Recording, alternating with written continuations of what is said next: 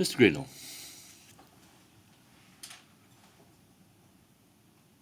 Thank you, sir. This opening statement is made on behalf of Diane Abbott, MP, and Dame Joan Ruddock, both of whom are core participants in Category D. This oral version of the opening statement is going to be slightly shorter than the written version, but will follow the same broad structure. Diane Abbott has been a leading anti-racism campaigner for decades. She was elected to Parliament in 1987 as the first black woman to be an MP. She has represented Hackney North and Stoke Newington ever since. Re-elected in 2024, she is now the longest-standing, continuously serving female MP, the mother of the House. Events she spoke at and groups she campaigned with were subject to SDS targeting in the Tranche 2 Phase 2 period. The Right Honourable Dame Joan Ruddock, PC, is an anti-apartheid campaigner and former chair of the Campaign for Nuclear Disarmament, CND.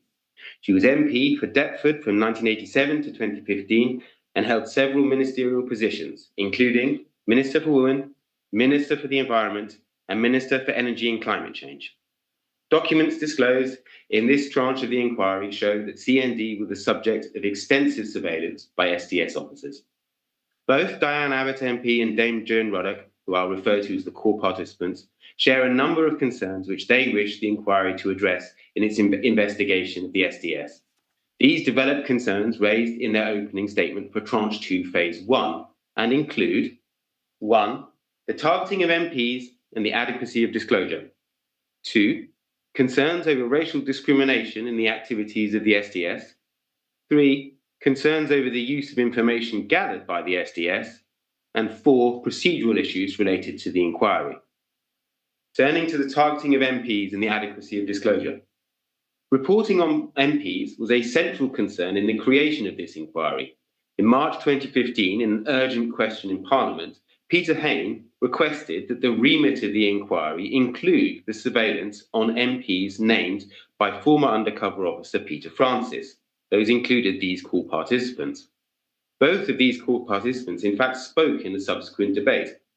The response from the Minister for Policing, Criminal Justice and Victims, Mike Penning, was that he would, quote, do everything I can to make sure that the documents are released, end quote. He went on to say that, quote, we have to find out exactly what went on. That is what this inquiry must do. The spying on MPs raises serious concerns over the erosion of the Wilson Doctrine against police surveillance of members of Parliament, inappropriate collection of personal information, and interference with the democratic process. As set out in their opening statement for Tranche 2 Phase 1, the former undercover officer Peter Francis revealed that both Diane Abbott MP and Dame Joan Ruddock were spied on by undercover officers whilst they were MPs. Peter Francis indicated that he personally collected information on Diane Abbott while he was deployed undercover infiltrating anti-racist groups when she spoke at meetings and demonstrations that he attended. Peter Francis also revealed that undercover surveillance of Joan Ruddock took place, which began during her time as chair of CND, had continued into the 1990s while she was an MP. Peter Francis stated that the special branch files on MPs were typically, quote, very extensive and often contained personal and private information. It's notable that only Labour MPs appear to have been targeted. There appears to be a massive disconnect between the volume of material gathered by undercover police on MPs, as indicated by Peter Francis, and the material that has actually been disclosed by the inquiry to date. There also appears to be a disconnect between Peter Francis's revelations and the statements of undercover officer HN65, John Kerry, who claims that, quote, elected politicians were exempt from the usual research and referencing processes. In oral evidence, he was asked what he was taught by Special Branch about reporting on MPs, and he said, it wasn't clear, but there was an indication that you wouldn't treat them as you would treat anybody else that you were reporting on. You wouldn't automatically put them in reports, and if you did, it would only be if they were taking a leading role in the larger event that you were reporting on, and as such, there were no records or files available on them. So in theory, we weren't keeping records. This evidence, however, appears at odds with the oral evidence of HN78 Trevor Morris. He was taken to a report concerning the SWP, which mentioned Tony Benn addressing a meeting and asked why it was necessary to include reference to an MP in the report. His answer is illuminating. He says, the Special Branch is a national security organisation that doesn't slide away from the fact that an MP is involved in something. You just report what there is. That doesn't mean to say anything is going to happen, anything is going to go anywhere. It means that the desk officer has some knowledge and needs to have the knowledge of what is what, how it is happening, what is going on, what the background might be, etc., etc. And as a desk officer, when I was working such desks, I would hoover that up and see what I can use and what I can't use. And the security service desk officers will do exactly the same. He went on to confirm that this approach was used notwithstanding the fact that the subject of the report was a member of Parliament. He was later asked whether he ever saw a file on an elected politician, and he said, I was going to say hundreds, many, many, many. Asked about the circumstances in which such files were kept, he said, well, they are all marked secret, which was more than special branch work anyway. The government position was at a minimum for that secret, probably top secret. They would be a special branch registry and they would relate to whatever it might be.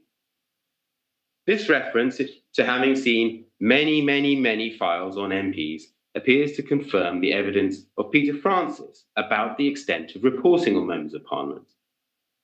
An account of SDS reporting on members of Parliament is also set out in the book Black Ops, the incredible true story of a British secret agent, written by a former SDS officer using the pseudonym Carlton King.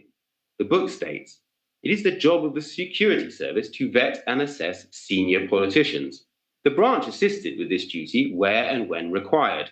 When the branch came across intelligence relating to politicians, through its agents, desk officers, or SDS operatives, etc., especially if it believed that the information could be utilized by Soviet bloc IOs or other states to blackmail or gain leverage against politicians to the advantage of these foreign powers, it would pass this intelligence to the security service. It was then up to the security service and others to decide what should then happen, unless it was purely criminal, which would then be a matter for the police and criminal justice process. This further supports the proposition that the SDS was involved in collecting information on members of Parliament. The core participants ask that these discrepancies are investigated during this tranche and in future tranches to ensure that the inquiry uncovers the full truth of what took place. There are very significant differences in the evidence given by undercover officers. It is all too easy for former undercover officers to claim that they only reported on MPs if they happened to speak to a group that they were covering. This alone is enough to raise concerns about the propriety of reporting such events and would not explain the level of detail that is contained in some reports about the contents of MP speeches and the like. It is important that this area is fully explored with the managers that are due to give evidence in this phase of the inquiry. Next section, concerns over racial discrimination in the activities of the SDS. The Home Office guidelines on the work of a special branch produced by R.A. Harrington in 1984 set out the need for particular care in the operations of a special branch in areas connected to racial justice and police accountability. The guidelines state, under the heading Assistance to the Security Service, that special branch investigations into subversive activities in particularly sensitive fields, for example, in educational establishments, in trade unions, in industry, and among racial minorities, must be conducted with particular care so as to avoid any suggestion that special branches are investigating matters involving the legitimate expression of views. Inquiries into subversive activities in these fields, which may be necessary to meet the requirements of the security service, should be initiated only after consultation with the security service. It is not the function of the force special branch to investigate individuals and groups merely because their policies are unpalatable, or because they are highly critical of the police, or because they want to transform the present system of police accountability. Notwithstanding these guidelines, there was extensive reporting on racial justice campaigns and police accountability issues, including groups in which Diane Abbott MP was involved, and we set out many in our opening to Tranche 2, Phase 1. The failure to adhere to the guidelines is perhaps not unexpected, since managers appear to have been unaware of them. As HN 61 states, I am not aware of any of undercover officers having been instructed or advised not to collect data on individuals or organizations solely on the basis that such a person or organization supports unpopular causes or on the basis of race or creed, and only if it was necessary and relevant. The annual reports for the STS indicate that concerns over campaigns on racial issues were a key aspect of targeting. The Anti-Nazi League, a variety of local anti-racist and anti-fascist groups, and predominantly Black family justice campaigns regularly feature in the groups targeted across the Tranche 2 era. Many of the reports produced during this period explicitly acknowledged that the groups spied on were not involved in disorder. However, the purported justification for infiltration appears to be concerned that these groups might be taken over by other organizations. This assumption that Black-led organizations could not preserve their own independence displays racist attitudes that were present at the time. Moreover, some officers, such as HN 88, viewed his deployment in Hackney as primarily geographically based and did not have any direction towards particular groups. Groups which he infiltrated included Hackney CND, Hackney Campaign Against the Police Bill, Hackney Police Monitoring Group, East London Campaign Against Racist Attacks and Police Harassment. HN 88 also reported on a wider selection of groups, including the Newham Monitoring Project, the Newham 7 or 8 Defence Campaign, the Colin Roach Defence Campaign, as well as several more minor community racial justice campaigns. HN 88 states repeatedly in his witness statement that he did not view any of these groups as subversive and he did not witness public order concerns.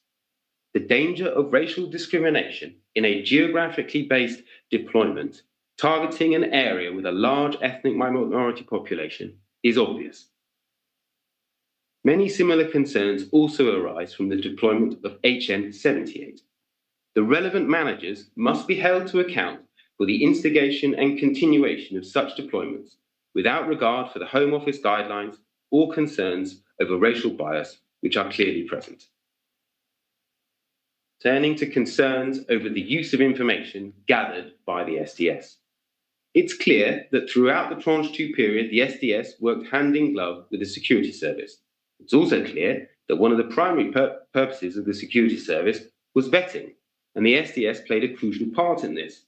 As the security service witness Y accepts, vetting remained part of the service's role throughout the Tranche 2 period, and it is, in my view, highly likely that some, possibly most, of the information sought from STS officers was sought in order to be used for vetting purposes, particularly where the service have asked STS officers for identifying information about individual members of subversive groups. The security service influence on targeting is confirmed by relevant STS managers. For example, HN 115 Tony Waite states that the security service influenced our targeting decisions quite a lot. Most of our deployments were in agreement with them. We would always seek their views before deciding on new targets. It is also clear from documents disclosed to the inquiry that direct requests were made by the security services to the STS to target particular individuals and groups, including CND. These requests were often coupled to political and diplomatic concerns at the time.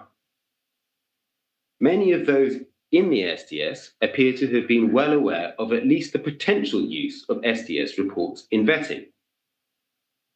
The vetting role of the security service and the STS's role in that was also confirmed in the book by Carlton King, as already been seen. He states in bold terms, it is the job of the security service to vet and assess senior politicians, and confirms that the branch assisted with that duty. There are also further concerns raised in the book about political influence on the STS by politicians at cabinet level. He states, the branch was only one cog in the British state's domestic national security apparatus. The security service, MI5, was an even more central component, as was the Home Office, the judiciary, the press, and of course the politicians. In particular, cabinet-level government ministers who sat at the centre of this machine and could therefore tweak it to their advantage. Regarding the domestic use of information obtained from STS sources, there are concerns that such information was passed to government ministers who clearly had a political interest in seeking to discredit CND. There are also concerns that information from STS files was used for the purpose of vetting individuals for political and other appointments. That past involvement in one of the largest anti-nuclear movements could inhibit the future career of those concerned is reminiscent of the authoritarian regimes which the STS and security services claim to be fighting against. The inquiry is asked to fully explore the use that was made of STS reports for vetting purposes, particularly in relation to politicians and civil servants. My final section will address very briefly procedural issues. And I echo in this opening statement the concerns which have been raised by many other core participants.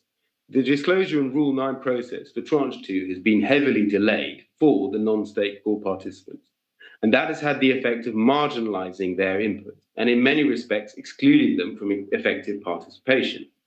The impact of these delays has almost exclusively been to the detriment of non-state core participants.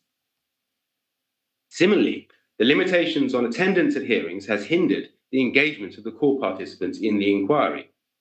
These core participants represented here were not represented during the oral evidence of HN78 Trevor Morris, notwithstanding the significant oral evidence he gave in relation to the targeting of members of Parliament. The inquiry is asked to ensure that procedural issues do not reduce the accountability of those responsible for the SDS. The inquiry is asked to take steps to minimise the prejudice to non-state core participants affected by the delays. In conclusion, the inquiry is asked to investigate the matters set out above. The concerns raised by these core participants reflect wider concerns raised by other non-state core participants. This inquiry represents a unique opportunity to examine the relationship between the police, security service, and politicians. If lasting change is to come about, then the inquiry will need to fully investigate the concerns raised by these core participants. Thank you, sir. Thank you very much.